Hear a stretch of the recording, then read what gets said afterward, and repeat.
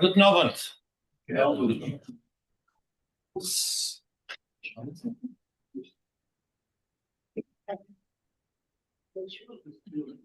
Als dat toch de beste jaar zijn. Dus de zon zijn het leuk. Aber es ist angezogen. Das ist nicht so gut so. Was ist von euch? Hallo? Das ist persönlich schon versucht. Techniker meine. Leute zu legen. We'll just wait for the technical help. Okay? A good Noventag. It has been quite a month. We staged the In One Voice Festival after a year's absence, and whilst the weather was not kind, the response was amazing. We had a first class April 19th. We had a magnificent May Day event, and we had the election. Yay for us, yay for Josh, yay for the ALP, and yay for Australia. Right? And so, in light of the absence of a new Prime Minister, we will begin with an acknowledgement of country. Wir anerkennen die traditionelle Obhüter von dem Land, wo wir treffen sich, das Bungerang beschreibt von dem coolen Volk.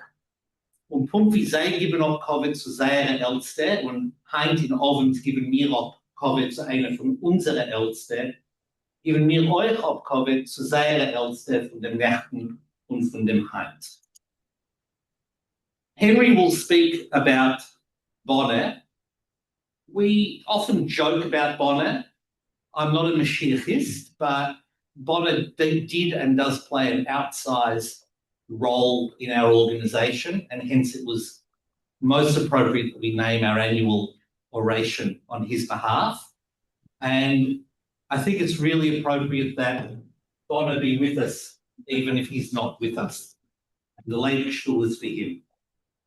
And I do want to say this week in particular that although we typically focus on Bono's work within the Bund and within the Jewish community, the Bund, the Holocaust Centre, now Melbourne Holocaust Museum, the Kadima, Shalom Aleichem, the JCCV. I think this week in particular, let's reflect on the work that Bono did within the ALP, where some of his most important work was done, both for the party itself and for the relationship of that party with the Jewish community.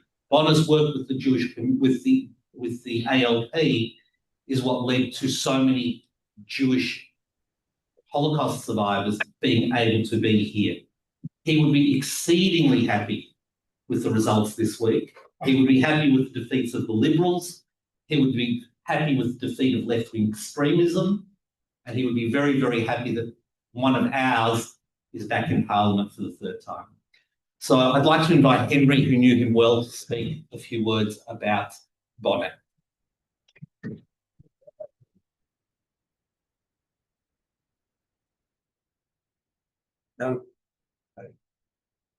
Good afternoon. My name is Henry Nussbaum. I'm a member of the Jewish Labour Bund in Melbourne. And welcome to the annual Bono Wiener Memorial Lecture. It is my great pleasure and honour to speak about Bono, a man who figured prominently, evocatively in many of our lives. In honour of Bono, this annual lecture is an acknowledgement of the powerful driving role he played in many organisations in both Melbourne and overseas. And thank you for your attendance to the representatives of some of those organisations who are present here tonight. The 8th of May is especially an appropriate date to hold the lecture because Bono adopted this date as his birthday. 80 years ago, on May the 8th, Nazi Germany formally surrendered to all the Allies. A day he often stated that he was reborn. So about Bono Wiener, born in Lodz in May 1920 to a Bundes family, a graduate of the Madden School, who was filled with the principles of socialist morality, who was a Skifist, a Zukunftist, a Bundist.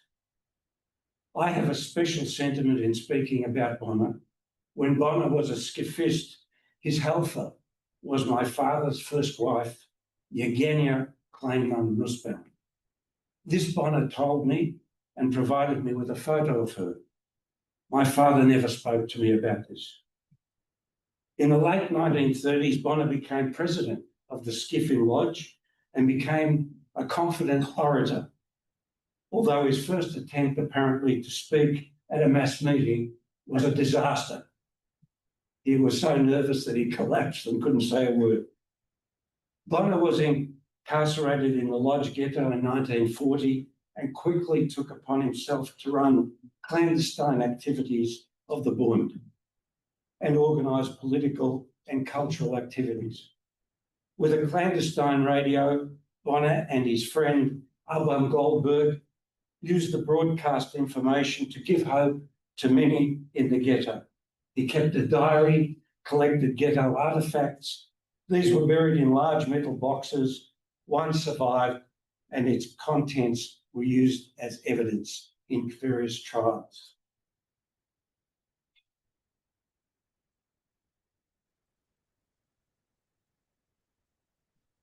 Bono survived Auschwitz, Mauthausen, and finally Gusen too, which in a memoir he wrote was the hell of all hells.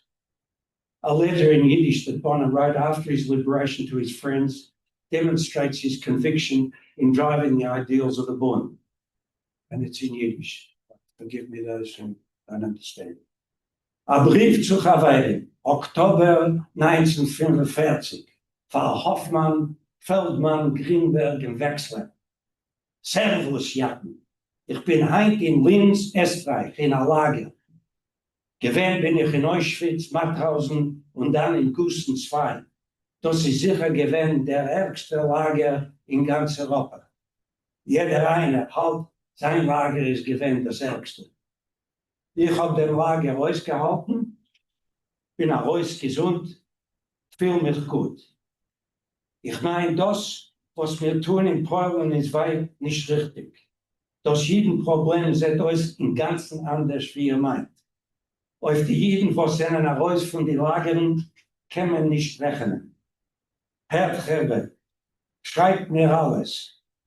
Ob sehen wirklich da Möglichkeiten von produktiver gesellschaftlicher Arbeit, kann ich kommen, weil mein Leben hat ein Ziel.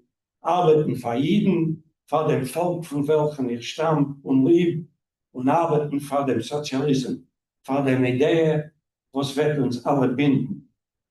Unsere Schule, die Schule vom Bund, von der Partei, was hat uns erzeugen für eine neuere, schönere Welt, wird uns ewig sein, der Wegweiser zum Sozialismus. As a survivor, he returned to his native lodge and tried to rebuild communal life. However, Russian communists and lingering anti-Semitic circumstances made this impossible. He and his brother Pincher emigrated to Australia in 1950. He quickly immersed himself in Jewish and Australian political life. He, together with Izzy Leibler, began a travel business astronaut, later to become jet-set travel. He could play on the world stage, the Socialist International, mixed with Willy Brandt, Emanuel Schetter, Ali Wiesel academics, and local politicians. He could and would drink tea and whiskey in anybody's home at any time. Bono would make a phone call. Just want to meet with you quickly. We need to do this. We need to do that. He would passionately exhort whoever was present to be active and work for the cause.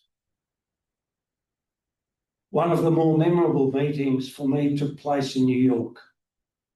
Arnold Zabel, Sluggo, Charles Lukey, and I had been in New York for several months. Bono's phone call. Please meet me tomorrow night at the Waldorf Astoria. We went as commanded. We were greeted by not one, but 2 bottles of whiskey, and after the first bottle was consumed, Chava Rosenfarb joined us. Conversation topics of Bund, Skiff, Hampshire, world problems, Yiddish was discussed. After the second bottle, we continued in a Chinese restaurant, and more talking, planning, and drinking. As the evening wore on, the proposed revolution seemed a faraway, seedy idea.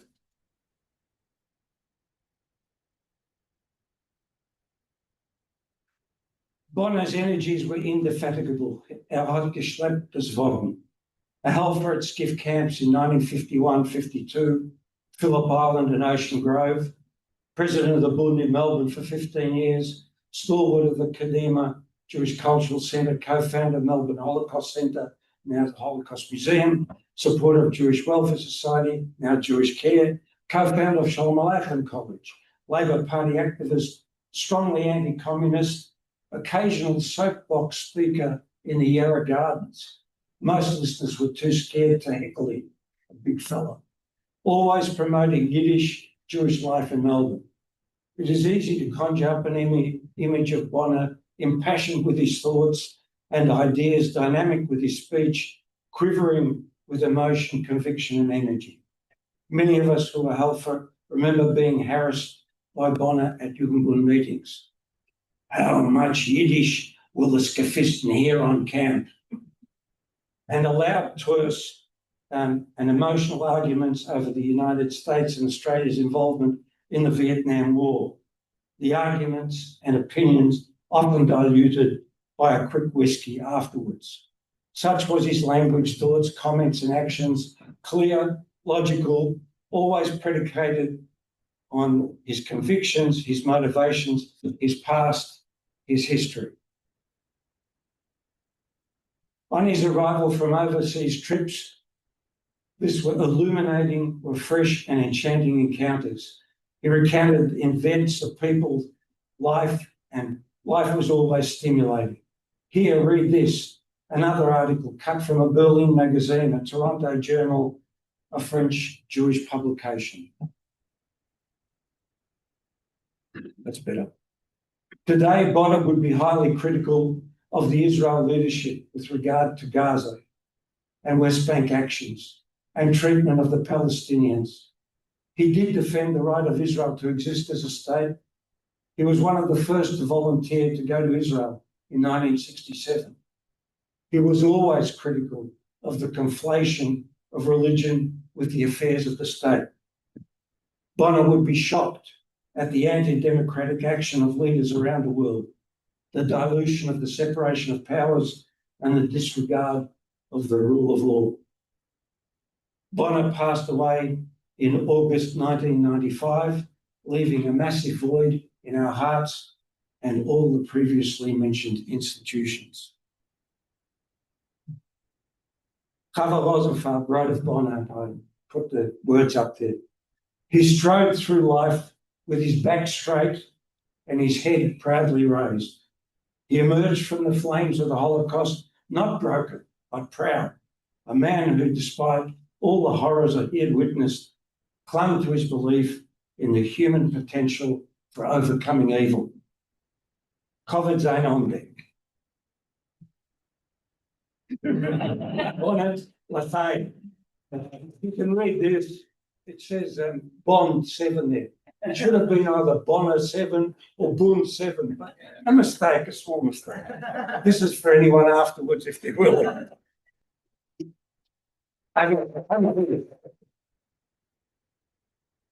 Mr. Barry Jones, you need to look at that. Mr. Barry Jones, Order of Australia and a national treasure, a great friend of Bono, held the inaugural Memorial Lecture in 1996. And this evening we're proud and privileged to have as our speaker from New York, an old Hampshire friend, Dr. Jack Jacobs. Yankel, welcome. And at some point, you need to explain that photograph. Sure. Bitte sehr.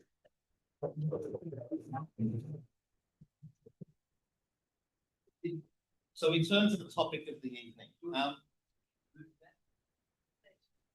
We can't see. Put the photo back. So we turn to the topic of the evening. Last year, or the year before, we tried to run a series of discussions called "Men redt nicht wegen dem," because there are difficult topics within the Bund and there are things that we've avoided talking about. And the last of those topics the one that we left for last because it was going to be the hardest, was the discussion around what's the Bund's modern relationship with Zionism and with Israel. So one thing I think that we all agree on, as Henry has mentioned, is that right now the leadership of Israel and its actions are an unmitigated disaster.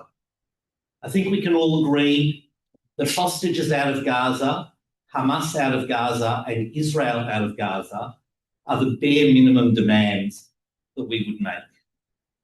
There is a very broad range of views within the Bund as to the role of Israel in Jewish life. And there's certainly a massive range of views within the Jewish world as to the meaning of the word Zionism. So I've been confronted by a number of people from within and without of our organisation. Can one be a Bundist and a Zionist? And the answer, of course, is it depends what you mean by the terms. The Bund is the Bund. We do not define ourselves in relation to the word Zionism, neither pro, nor non, nor anti. They are all largely irrelevant terms. Nonetheless, our relationship with Zionism, with Zionists, and with Israel does matter in terms of our work within and without the Jewish community. It does matter what we do dot. It affects what we do with our doegkeit, here and across the world. And there are few people in the world better placed to help us tease out that subject than our speaker tonight. He's had 50 years' experience in political science. To the world, he is a Fulbright scholar, professor of government at City University in New York. He's the author of On Socialists and the Jewish Question After Marx. He's the author of the best short work on Bundism you'll read, Bundist Counterculture in Interwar Poland. And he's the editor of Jewish Politics in Eastern Europe, the Bund at 100. So to the world, he's Professor Jack Jacobs. But to us, he's the child of a Vilna Skifist, a Hemshachist, a member of the New York Bund and of the Weltkoordinierkomitee. And above all, he is a Bundist, Haver Yankel.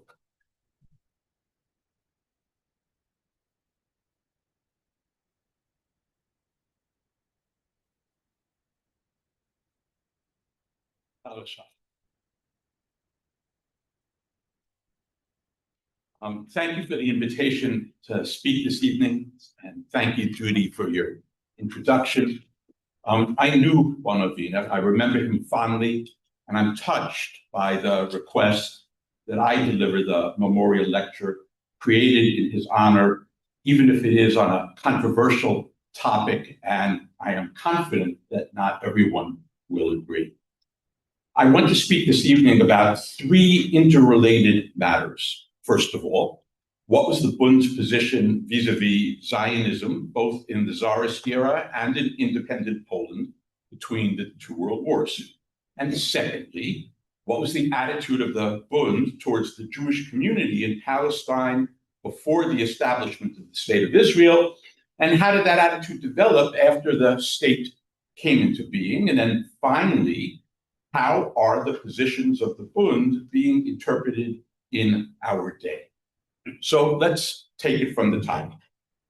Zionism was not of major interest to the Bund in the period immediately following the latter's formation in 1897, and it was not so much as mentioned at the first three congresses of the Bundist movement. But at the Bund's fourth Congress, which was held in Białystok in 1901, the movement formally resolved that Zionism was a bourgeois reaction both to anti-Semitism and to what the resolution referred to as the abnormal legal situation of the Jewish people. The Congress also resolved that the goal of political Zionism was a matter which did not have great significance, insofar as Zionism claimed that it would be able to concentrate all or even a sizable portion of the Jewish population of the world on the territory it sought. This resolution continued. It was advocating a utopia which could not be actualized. Zionist agitation was, from the perspective of the Bund, hindering the development of class consciousness. So the resolution concluded Zionists ought not be admitted into either the Bund itself or the economic organizations affiliated with the Bund. Now, the Bund published a series of critiques, rather regularly, critiques of Zionism after endorsing the resolution I have just discussed. And we don't have to run through all of them by any means. But what I'll say is this. Committed to Marxism, the Bund argued during this era that Zionism was a nationalistic ideology which obfuscated the interests of Jewish workers and which diverted attention from the pressing need to organize a revolutionary movement in the Tsarist Empire. The Bund's opposition to Zionism in the Tsarist era had precious little to do with the needs of the Arab population of Palestine, and even less with the small number of Jews actually living in Palestine in that era. It was grounded primarily on the Bund's understanding of the factors occluding the development of class consciousness, and its sense that nationalism was among those factors.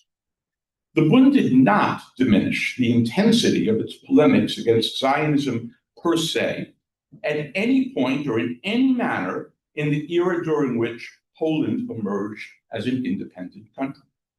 Examination of the writings of Vladimir Medem, one of the Bund's leading theorists in the Tsarist era, for example, suggests that his critiques of Zionism were every bit as biting in 1918, for example, as they had been a decade earlier.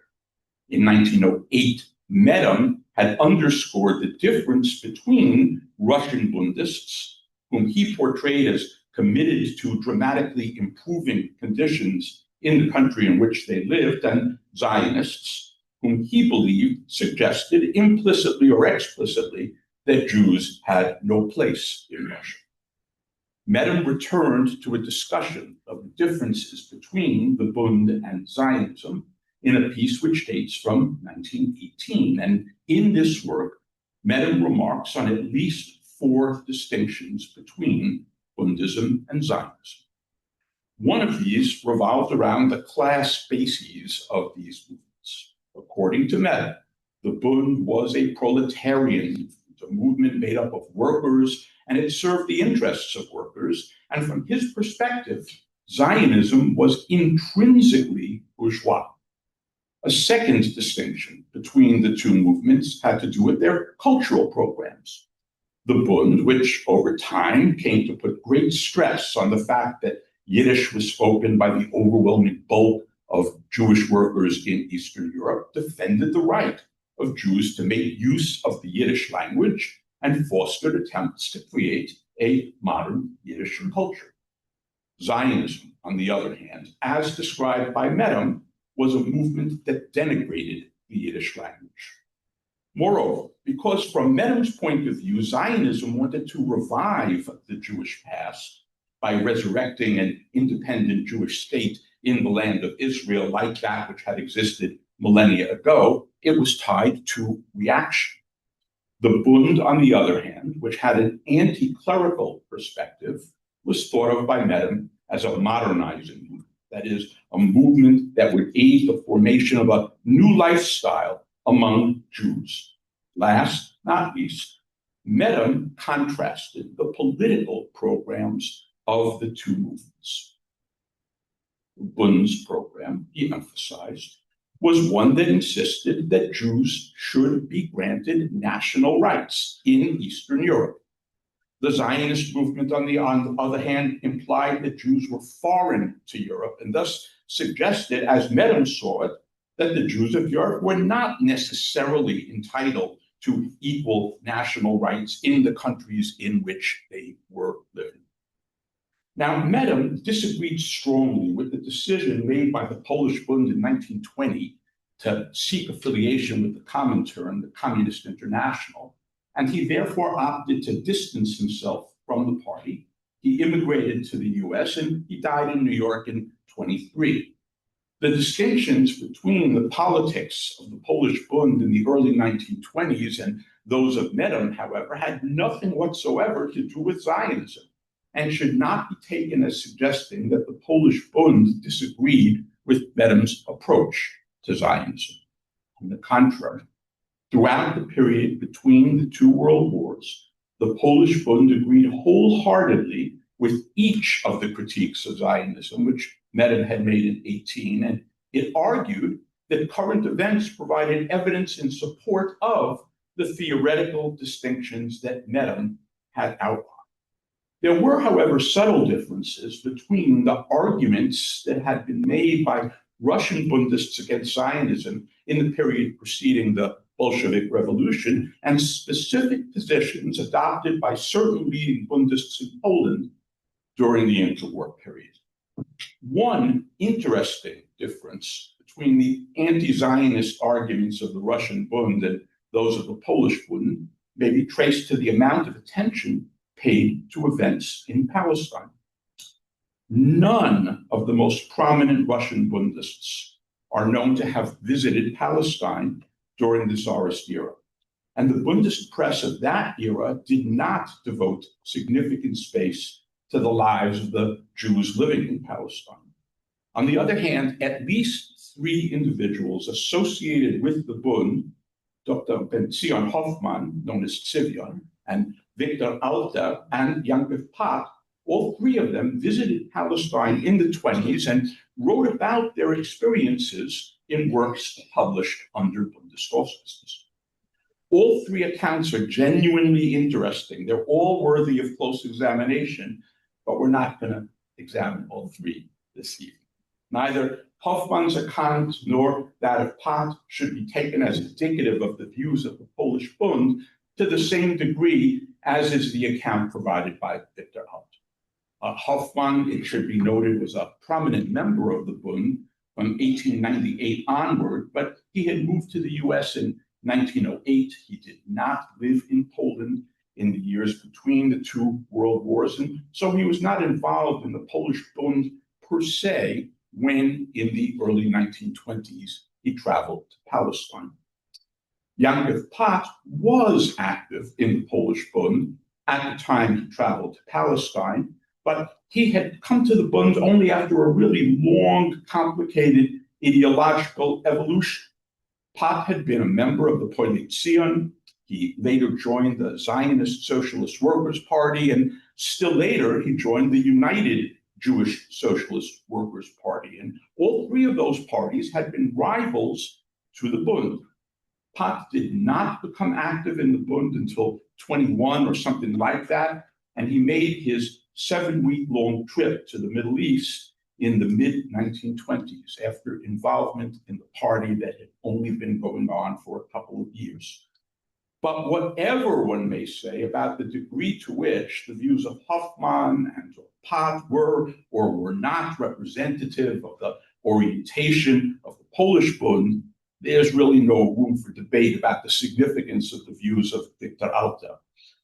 In the years between World War I and World War II, Alter served simultaneously as chair of a major Poland-wide trade union confederation, as a Bundist representative on the City Council of Warsaw, and as a steady contributor, sometimes the editor, of Bundist periodicals in Yiddish and in Polish. He was one of the most prominent Bundists in all of Poland.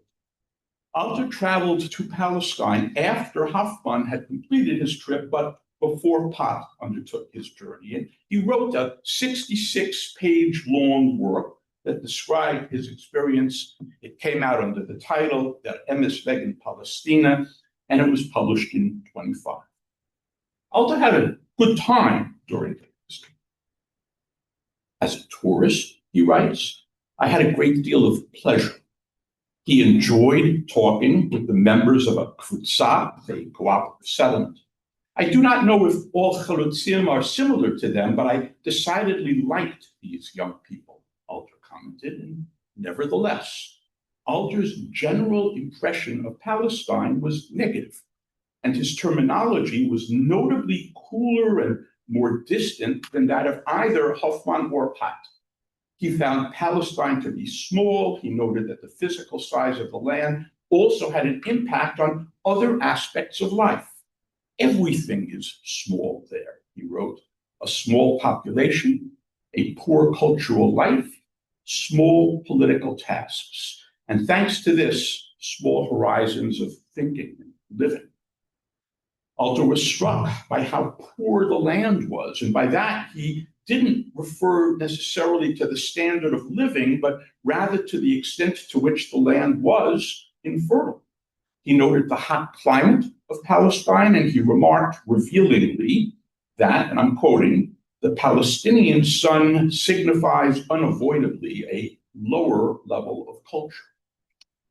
From Alter's perspective, history demonstrated that the center of human civilization had steadily moved from hot lands to cooler ones. Tel Aviv did not make a good impression on Alter. He described Tel Aviv as a comic stätte, lacking an economic base.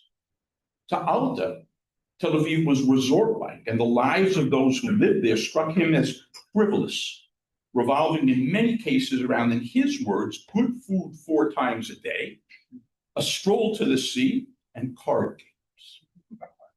One portion of Alter's work consists of a summary and an analysis of the census of Palestine that had been held in October of 22, at which time there was roughly 84,000 Jews living in it. Alter points out that according to this census, Jews made up 11% of the population of Palestine, a smaller proportion of the total population than that constituted by the Jews of Poland. He also mentions that 88% of the Jewish population of Palestine was urbanized, suggesting that in this respect as well, the Jews of Palestine were not vastly different than their Polish Jewish counterparts.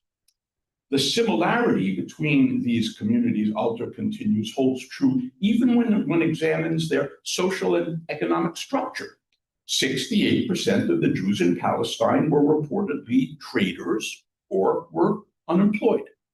So in conclusion, in these key ways, Jewish Palestine, from Alter's perspective, was as similar to Jewish Poland as, he says, 2 drops of water. Palestine, Alter quips, is the third exile. Alter, to be sure, recognized that there were certain very dramatic differences between the Jews of Palestine and those of Poland. He points out, for example, once again very revealingly, that substantial portions of the Jews who were then in Palestine were Eastern Jews, and he declared that the Jews from Yemen were on a very low cultural level. Alter comments that when he had visited local Jews in Egypt, he had felt that, quote, between them and us, there lay entire generations of culture, of human history. I felt that every European is much closer to me than these Arabs of Mosaic belief.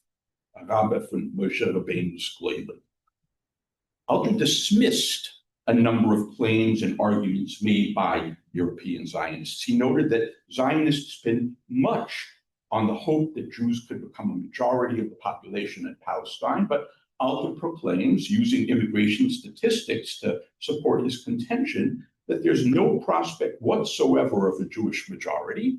And finally, Alter dismisses claims based on historical rights, noting that they are usually used to dress up various reactionary or imperialistic plans. Indeed, Alter repeatedly stresses that what's the most important moment in the Palestinian issue? It's the Arabs. He interviewed Kazim Pasha, whom he describes as leader of the largest and most influential Arab organization, and he reports that Kazim declared that the Arabs were prepared to recognize the complete equality of the Jewish population in Palestine and to allow immigration of Jews to Palestine insofar as the economic condition of Palestine made such immigration feasible. Kazim is also quoted by Alter as stressing that, quote, We do not fight against the Jews, we only fight for our freedom, end quote. But Alter is careful to point out that though the program described by Kazim sounds lovely, he sensed behind the sweet talk a brutal nationalistic mood. And it was clear to him that this mood would eventually embrace the entire Arabic population, or at least he was worried there. So he concludes that as a means of solving the Jewish question in the lands of the diaspora as a future Jewish state, Palestine is either a utopia or a conscious bluff. From this standpoint, Alter underscores, Palestine, Zionism, is an awful phenomenon in Jewish life. For the Jewish folk masses, it has decidedly negative significance. Victor Alter's trip reinforced his already strong conviction that the Jewish workers of Poland could only overcome their political and economic problems by struggling for socialism arm in arm with workers of other nations, and his equally strong belief that Zionism was a proposed solution to Jewish problems, which was diametrically opposed to that favored by the Bund. The fact that Alter, a leading voice in Bundist circles, had a negative assessment not only of Zionism, but also of Palestine, doubtless had considerable weight.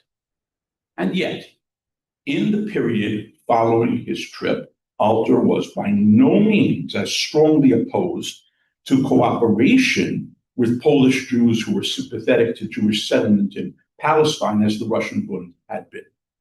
In 1927, Alter proclaimed that the Bund had won a magnificent victory over Zionism in the struggle as to the direction of the political life of the Jewish population of Poland, and that Zionists in Poland therefore should be open to entering the ranks of the Bund. He argued that the Bund should include all Jewish workers who wanted to work with it, including those Jewish workers who were supporters of Palestine. You see, from Alter's perspective, activity in Palestine was an inconsequential matter. It was without impact on the important activities of the Bund itself, and thus the party could and should oppose Zionism, while also including in its ranks those who considered themselves supporters of practical activity in Palestine.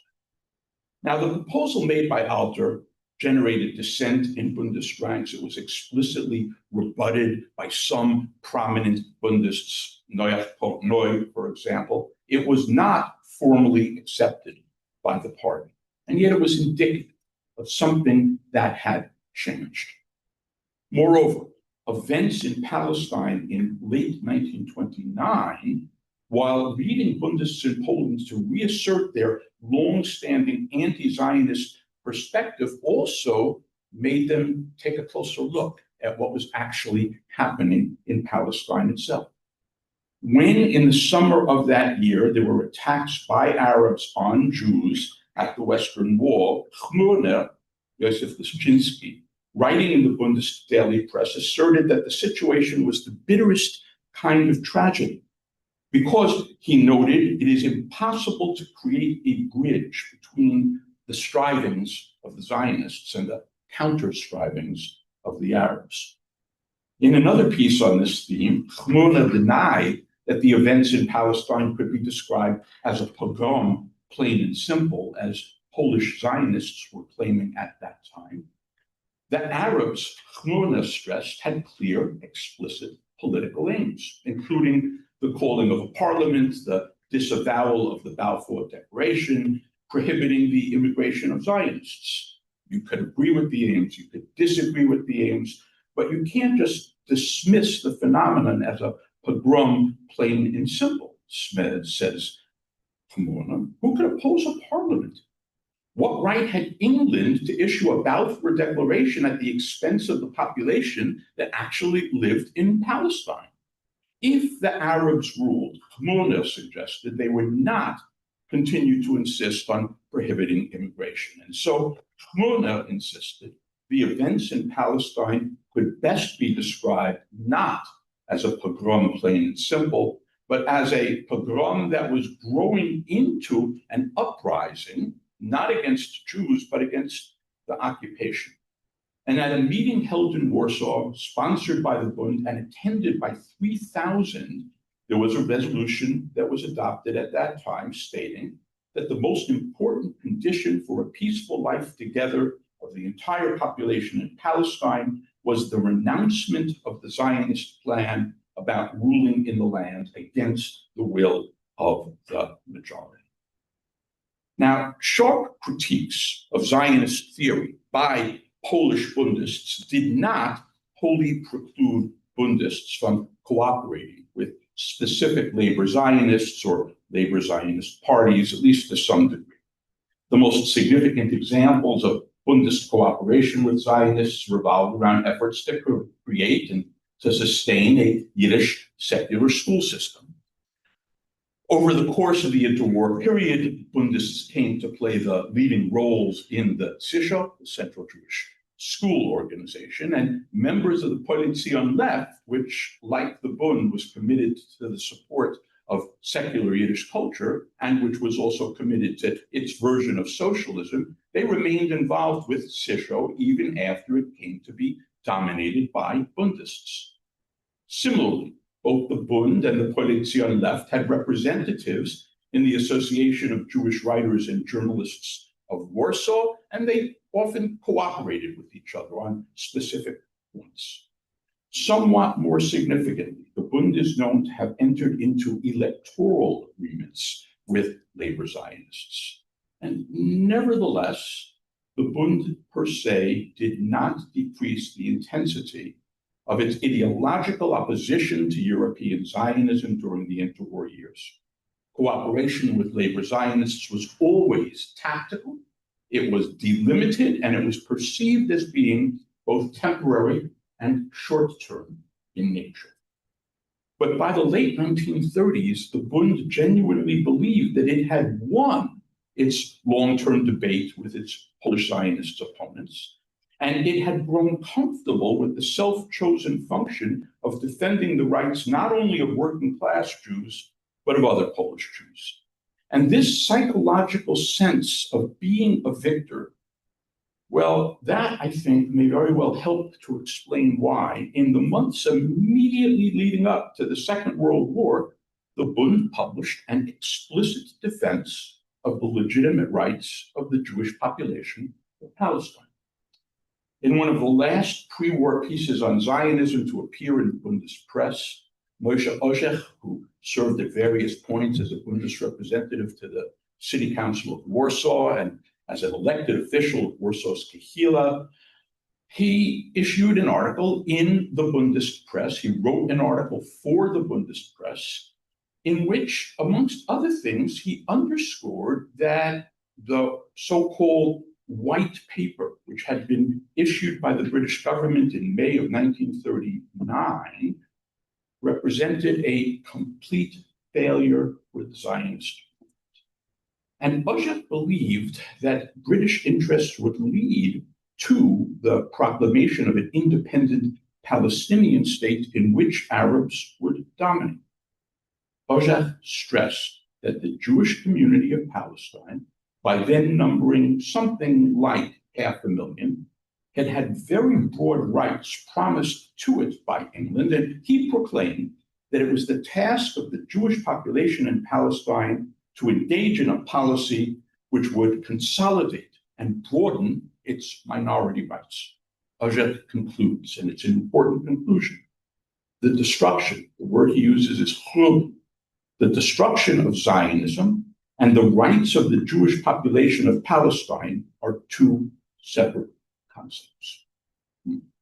In sum, the Bund remained ideologically opposed to Zionism throughout the interwar period. It attacked the Zionist movement in independent Poland using arguments which had first been used in the era of the Tsarist Empire.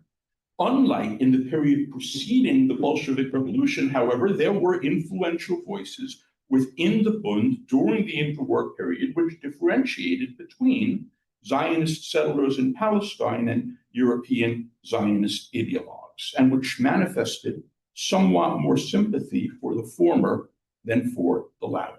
Moreover, Victor Alter, as I've already indicated, one of the Polish Bund's most prominent representatives, was open to the notion of allowing certain Jewish supporters of settlement in Palestine who wished to do so to affiliate themselves with the Bundist movement. Bundist anti-Zionism finally was not interpreted by the Bund in interwar Poland as it had been in Russia in such a way as to preclude complete cooperation with Zionists under any and all circumstances. There were, in fact, limited tactical agreements between the Bund and certain Zionist parties in the 20s and in the 1930s. The arguments made by the Bund between the beginning of the 20th century and 1939 were not wholly transferable either to the period of the Holocaust or, for that matter, the decades following the establishment of the State of Israel in 1948. For understandable reasons, the Bund devoted the bulk of its energies during the course of the Second World War primarily to saving the lives of those who could be saved, and to opposing Nazis and Nazism, not to underscoring its opposition to Zionism.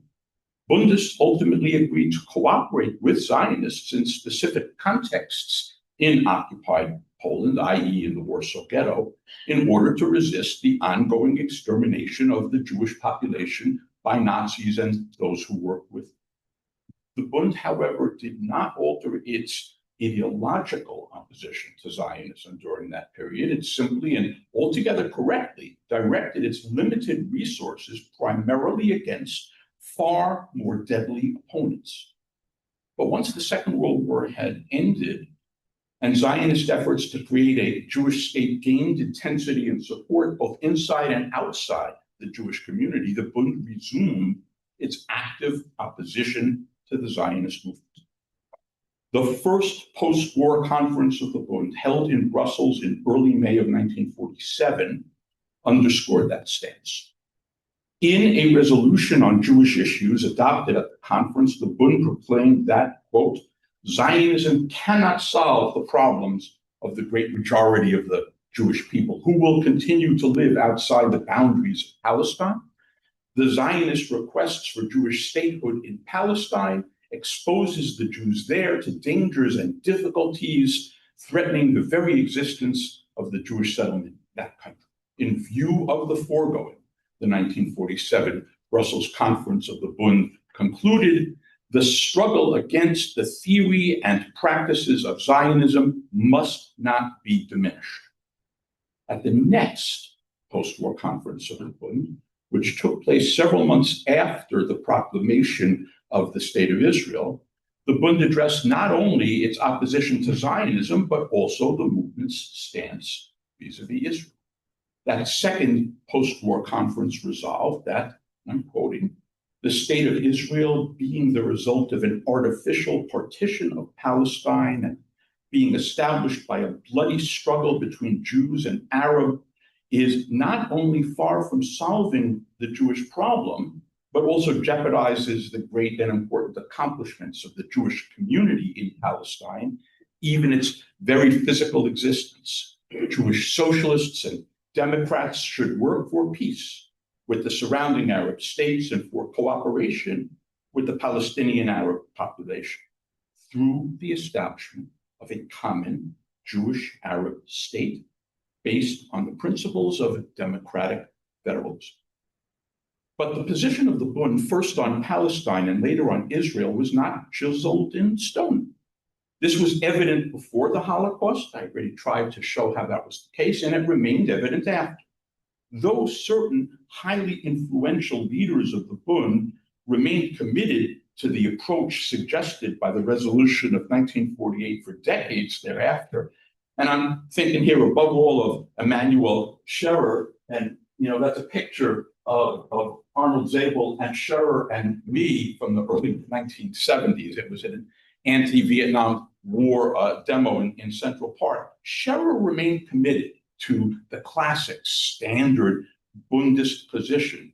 But that amongst the ever smaller number of Bundist Holocaust survivors, there was a real move away from Scherer's position over time. There was an increasing belief that a common Jewish-Arab state was simply not realizable in the foreseeable future, and that the road to peace lay through the creation of an independent Palestinian state side by side with the state of Israel. By the time of the final conference of the Bund's World Coordinating Committee in '85, I was there. A majority of the delegates had come to agree with that conclusion. But 1985, well, that was a long time ago. So what remains relevant in our day of the historic Bund's approach to Zionism and Israel? Let's start with what's not relevant.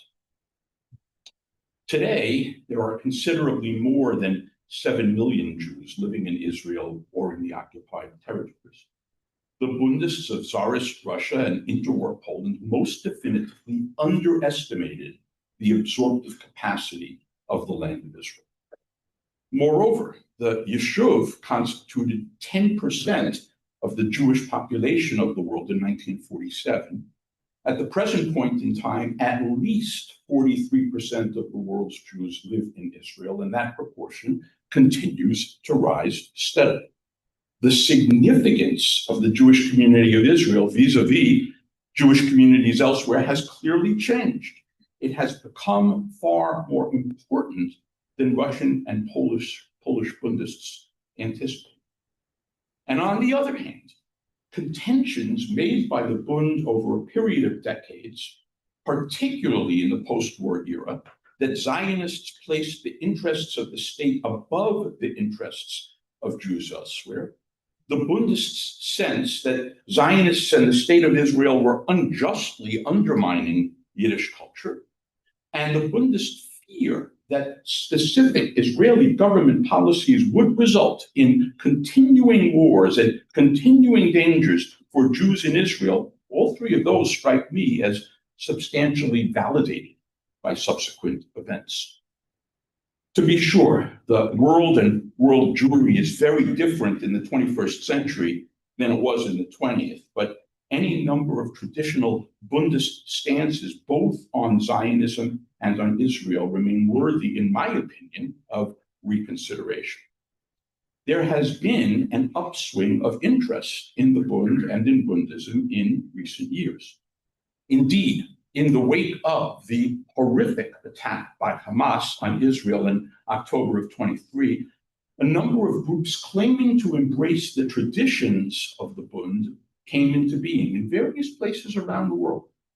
In almost every instance, these groups call themselves Bundist first and foremost because they endorse anti-Zionism.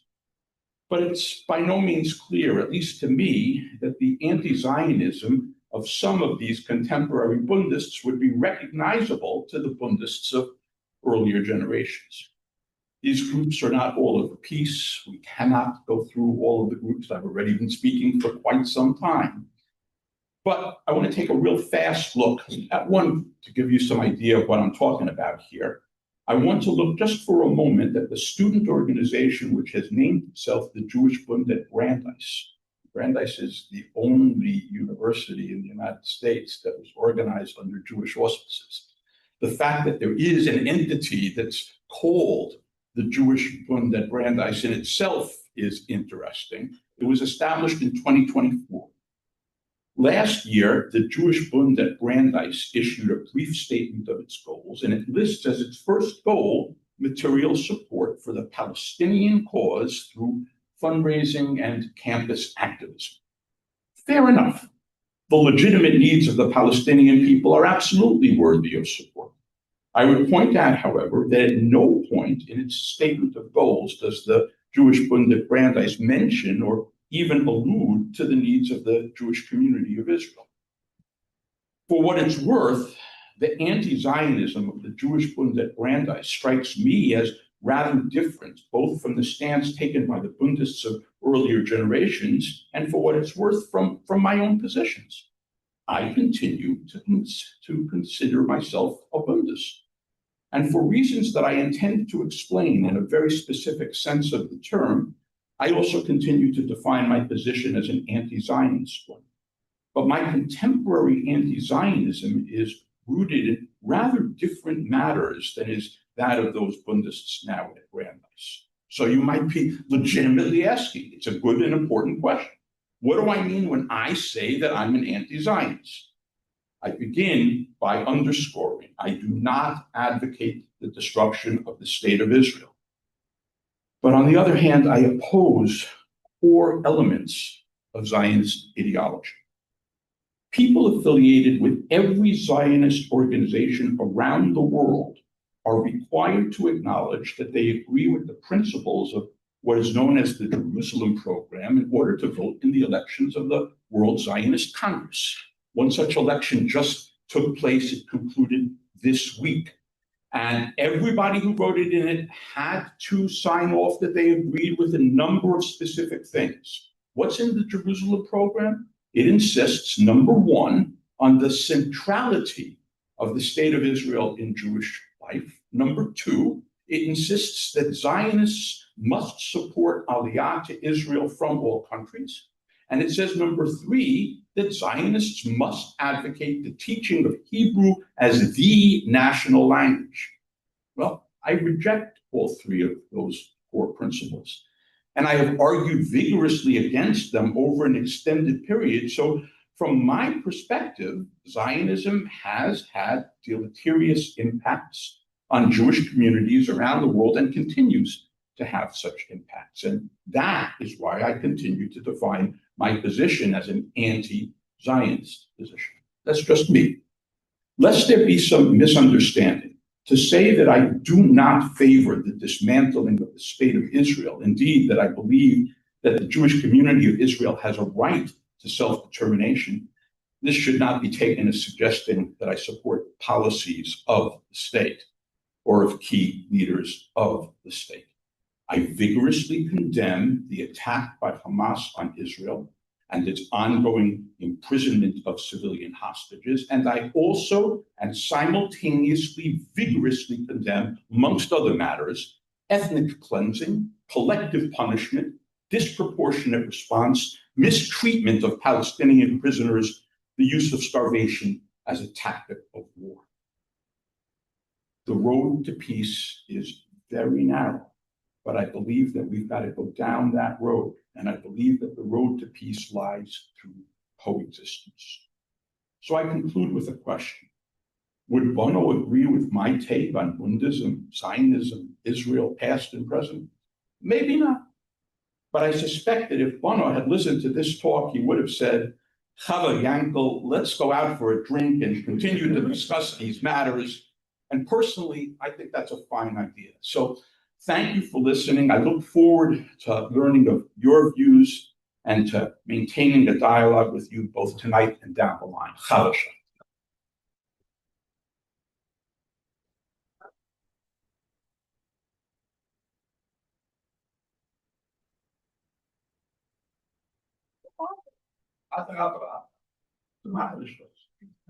All right.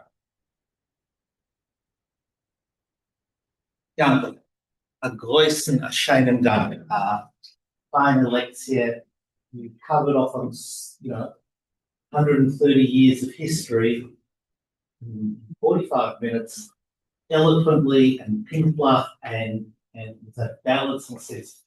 Thank you. We come to questions. Let me emphasize a question begins with the words who, what, where, when, how, or why. That's a question. So, does anybody wish to begin with a question? Jack, interested in your thoughts. I've noticed a lot, particularly in a lot of these Bundist anti-Zionist circles, a use of the figure of Marek Edelman and really taking him as like their representative, which I find interesting because Marek visited Israel several times despite his decision to stay in Poland. So I wondered if you could speak to why they clung on to Marek so much and your thoughts on that. So why Marek is best described as a world historic individual. Right. You want me to use a mic? Sure. Marek was a world historic individual. I am honored to say that I met Mark a couple of times. And, in particular, just to tell the story, because it was very meaningful to me, in 97, on the 100th anniversary of the Bund, there was a conference in Warsaw, and Marek came up for the conference. He, of course, was living elsewhere. Ilya Klepfish and Marek and I, with others, went to the Jewish cemetery in Warsaw. We sang the Bundeslied. Okay. Marek remained committed to Bundesland, and what it meant for him, above all, above everything else, was genuine Dachkeit, which meant even at the point when his own family had said, "No, we got to get out of here," and they did. Marek said, "No, my place is actually to remain here and fight the good fight insofar as I can." And so for the rest of his life, he lived in Poland, and he continued to support the forces of good broadly defined, okay, which for a lot of that period, that meant fighting against the existing communist oppressive regime. It also referred to any number of other matters that we can talk about another time.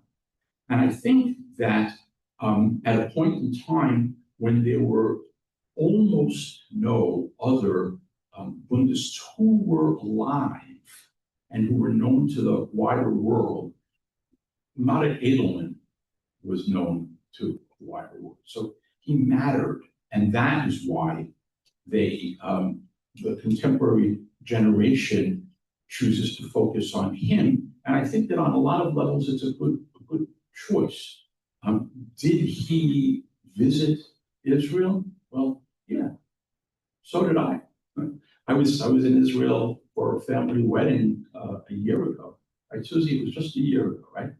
I taught at Tel Aviv University, and I'm not so sure that impacts on what Marek's position vis-a-vis Israel was.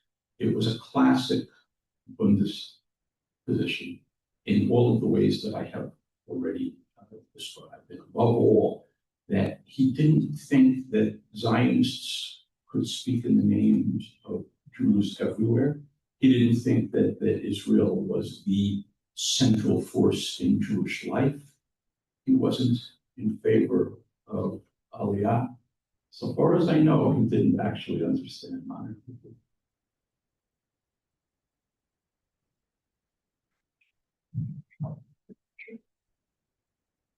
Noch. Alex. Hi, Jake. Jacob. Hey, Alex. Are we seeing a dichotomy in the diaspora Jewry that is going to actually pry the majority or a significant portion of the diaspora Jewry away from Zionism as a result of the current events, as a result of the turn into religious nationalist leftism, right-wingism in Israel? Do you see that as being a factor in that dichotomy growing? Maybe, a novi binch, but what I can say is that in the period since the October attack by Hamas, the number of people who have affiliated with explicitly anti-Zionist organizations in the United States has grown exponentially, right?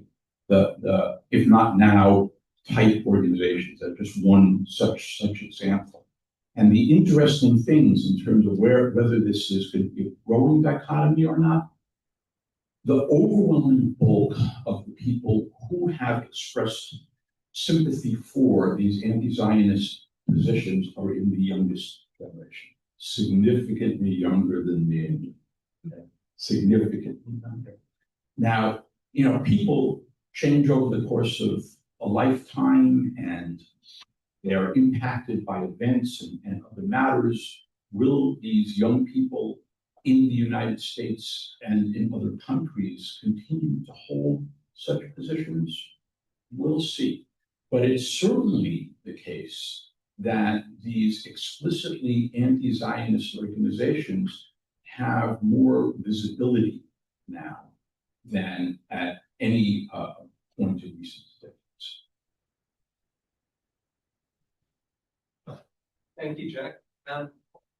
Jack, I wonder what are the best arguments, the best critiques of your position, the ones that you find most challenging to counter, whether that's from Zionists or from to your left. What are the ones that are hardest, that you find hardest to deal with? Because I think everyone's very busy arguing against the worst arguments of their people they disagree with. What are the best arguments for people you disagree with? I'm willing to take a stab at it. I think that there are some people that will say I'm misrepresenting what Zionism is, because there are some people who will say that all that it means to be a Zionist is to be in favor of the existence of an independent Jewish state. In fact, a lot of people think that that's the case. And a lot of people define themselves as Zionists because they're in favor of, or they support the existence of an independent Jewish state.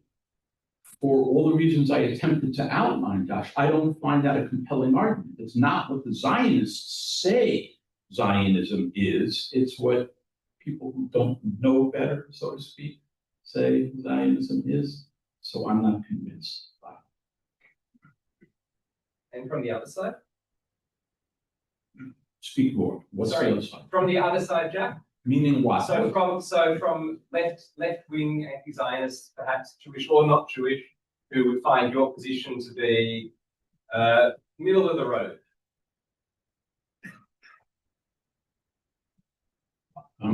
There are some leftist anti-Zionists with whom I engage in dialogue who make the compelling argument that the actions of the state of Israel must be condemned more forcefully than I do.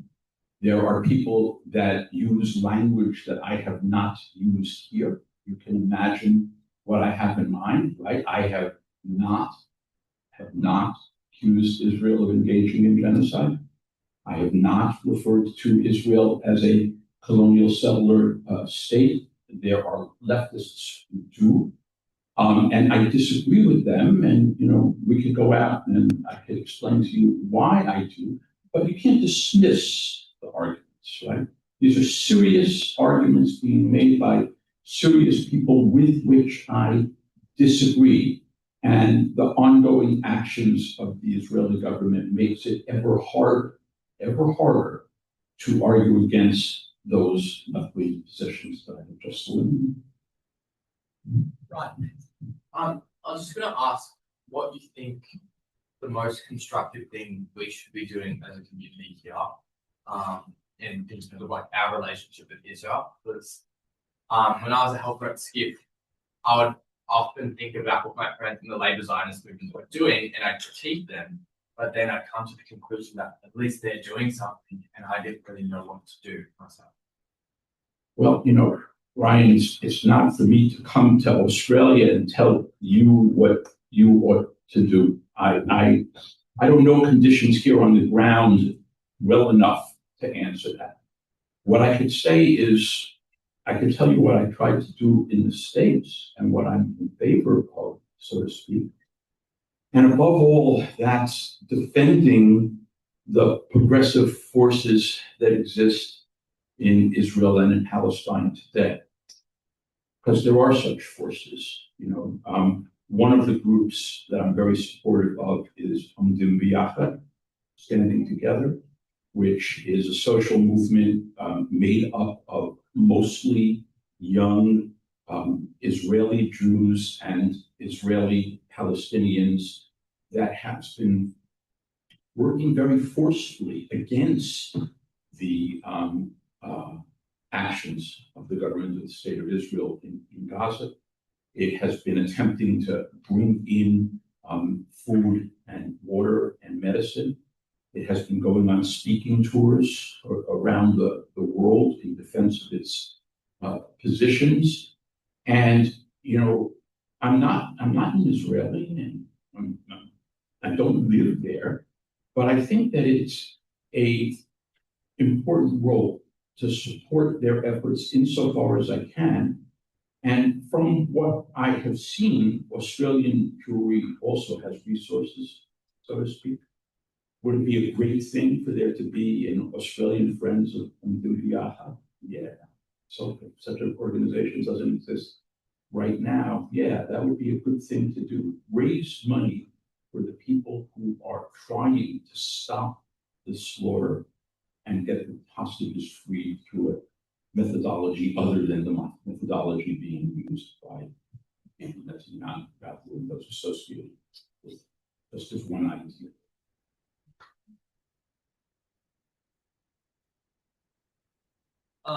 I was just going to ask, when engaging in dialogue with someone or someone's that, let's say, don't necessarily share your opinions and obviously differing opinions where you agree to disagree on some things, would you have any advice for like navigating those conversations in a way that makes the dialogue productive, or at least Yeah. So I mean, I always try to be respectful with whoever I'm speaking with. I never, insofar as it's possible for me, I never ever would speak down to an audience. I hope that I didn't do that tonight. I wouldn't do such a thing. I think that it is essential that you foster dialogue and that you foster respect, and you do that by listening to the other, hearing the arguments, not just dismissing them out of hand, and then asking questions. You know, I've been teaching for 40 years or so, and I guess that's my teaching methodology, and it doesn't have anything to do on some core level Israel, Palestine, and the Bund. It has to do with how I think people should treat one another, and how I think people learn, and how you break through conflict. But having just said a moment ago that it doesn't have anything to do with Israel or Palestine, does it have something to do with, you know, Buddhist values that I was taught as a kid? I think it does.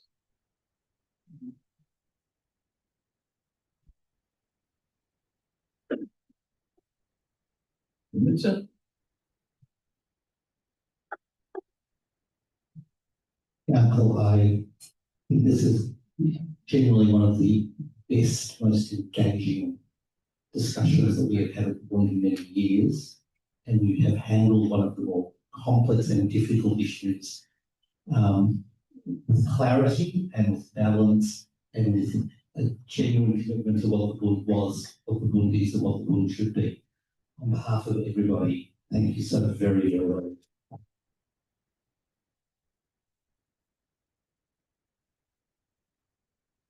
And in the spirit of Bono Wiener, some spirits from Bono Wiener. Thank you for the peace for the world. As magnificent as tonight has been, since